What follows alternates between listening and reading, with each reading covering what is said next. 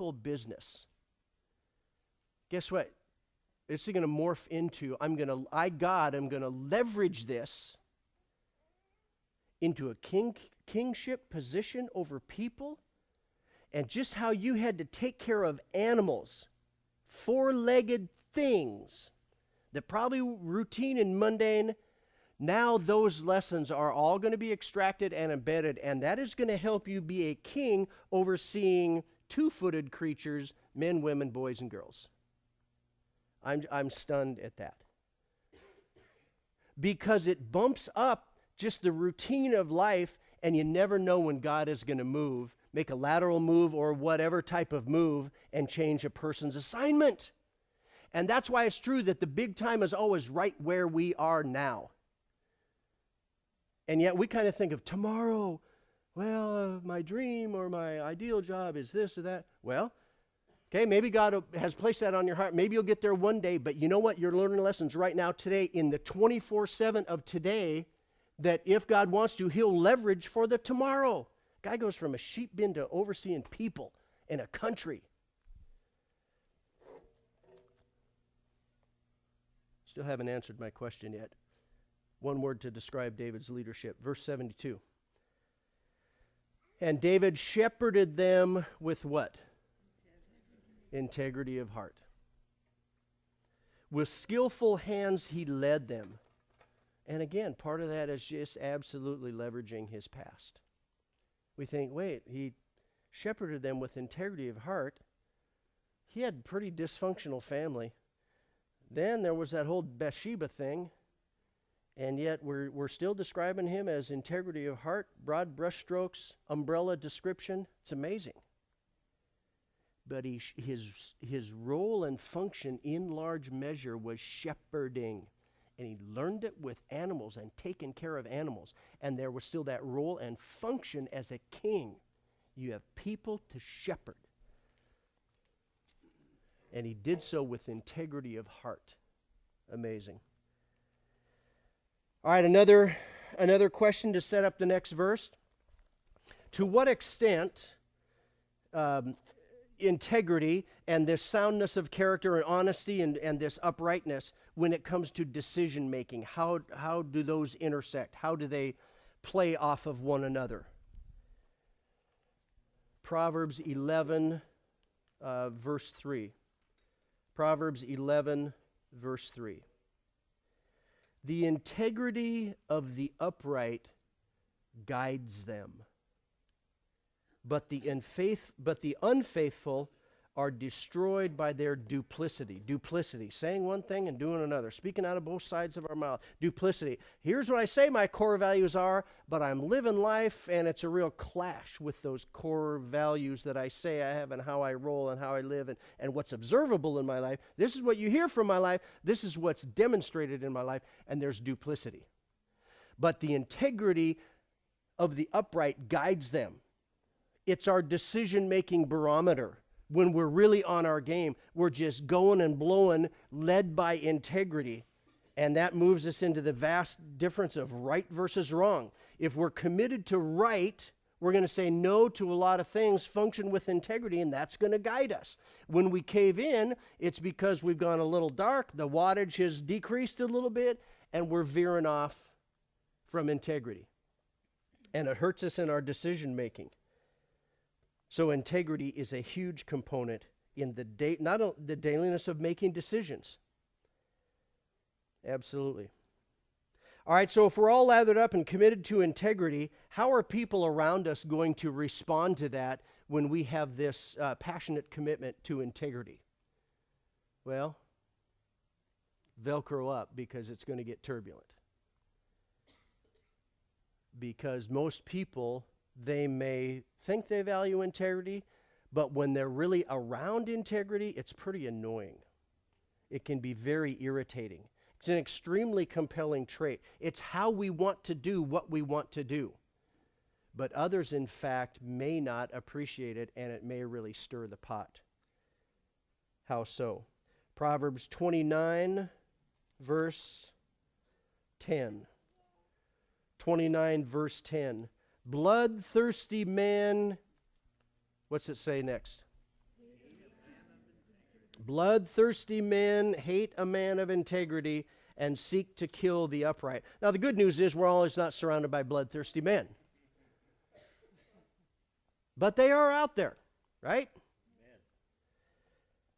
Absolutely. Bloodthirsty men hate a man of integrity. This just darts across my mind, flashes across my mind. What does the darkness, according to the book of John, how does darkness respond to the light? Hates it. They clash. And so to want to live with integrity and have that saturate our lives and dominate how we live and how we think and how we decide is going to bring a lot of light. We're going to be led by light, the light of Christ, and the darkness doesn't like that. One small example of that, I'm going way back in time, in the early 80s, late 70s. What was I, 5 years old? Just kidding. My friend Bob and I were waiters down at the old spaghetti factory downtown Seattle. Bob was there 4 or 6 months ahead of me, and he helped get the job. And I don't know if I think we were the only 2 Christians there. Now that I think about it, maybe there were 4 of us. And you are supposed to, as a waiter, you're supposed to declare your tips, part of your income that you're supposed to tell management about so they record it. So as a waiter or a waitress, are you going to declare all of your tips?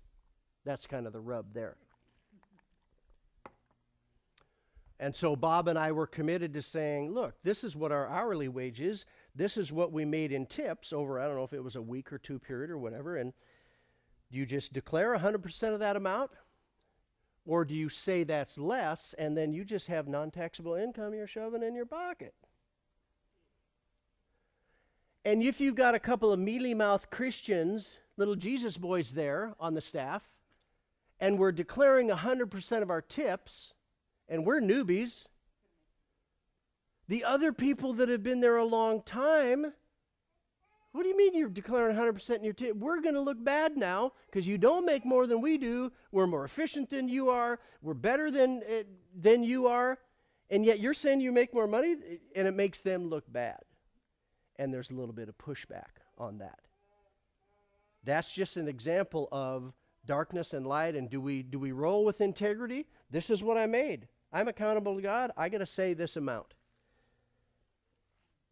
Bloodthirsty men hate a man of integrity and seek to kill the upright.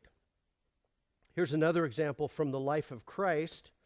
This is from Matthew 22, 15 and 16.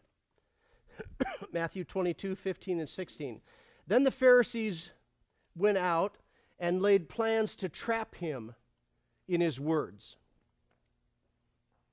That's kind of amusing right there, isn't it? You know, they're struggling with who exactly is Jesus, and hey, I know, I'm not convinced he's God. I bet we can trick him. They had plans to trap him in his words.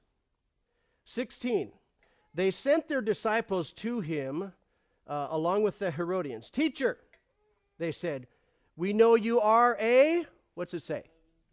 Man of integrity. No surprise there. It gets better. And that you teach the way of God in accordance with the truth. Duh, no surprise there. You aren't swayed by men because you pay no attention to who they are. Jesus, here's this really rich guy. He has a lot of money. He's got a lot of status in the area. You're going to kind of bow down to his public status, right? You're going to kind of hedge a little bit of what you're going to say to him. You're going to kind of respect him. People even knew the reputation of Jesus. Look, we know you're a man of integrity, and you don't give a rip. You don't care who you're talking to because you're not impressed with who they are or their status in life, and you're just going to tell them the truth. And we know that these bloodthirsty people around Jesus, eventually, he hung on the cross, and they killed him for his message. for his integrity. And the context of what they're grinding on here is, so do we pay the tax? Fairtax.com here in Matthew 22 is, so do we, .com, .org, .net, .edu, who cares, all right? Love you, Johnny. The context here is they're saying, so do we owe Caesar? Do we pay the taxes there or what? Well, give me that coin. Whose inscription is on it? Caesar? Well, then you're paying taxes, people. Give to Caesar what Caesar's, give to God what is God's. Which, by the way, this morning at home when I was going over this and reviewing this, practicing this, I'm writing some notes down with the pen I'm holding in my hand. Let me read you what's written on this pen. And I'm not making this up. And then you'll hear me weasel out of it. This pin was stolen from H&R Block.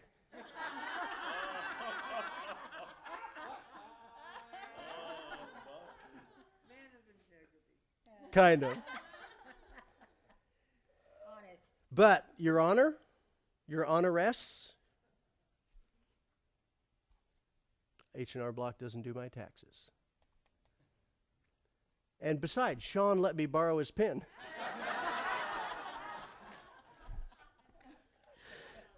I thought that was, and it does say that.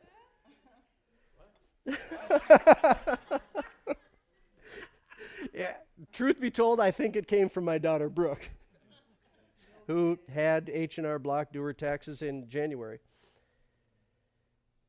I finish with this question, and then we'll have the worship team come back up. So what confidence do we have in making a commitment to integrity? What confidence does this give to us? And from Proverbs 10, verse 9, it reads as follows. This will be up on the screen.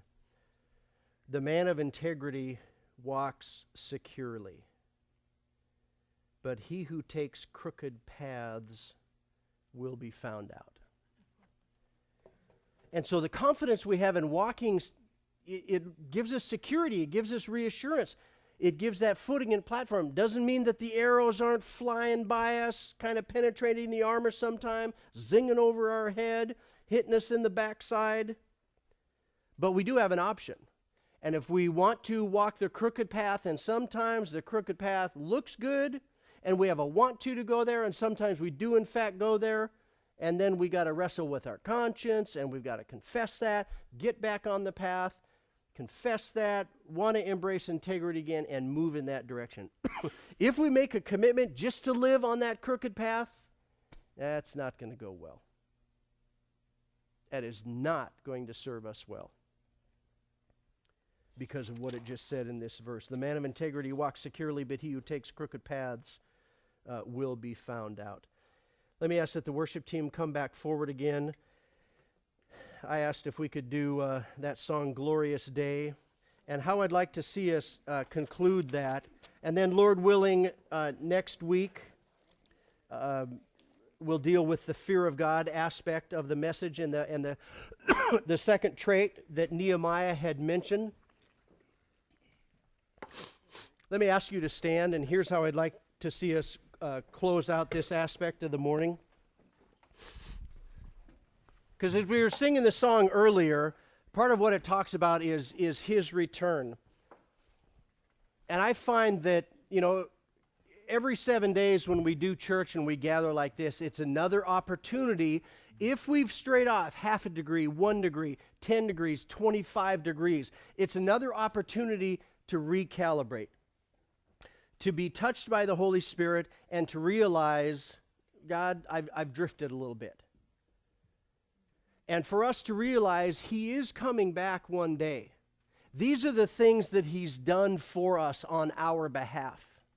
And for our surrender to Him, our walk with Him, and wanting to greet Him at His return and worship Him.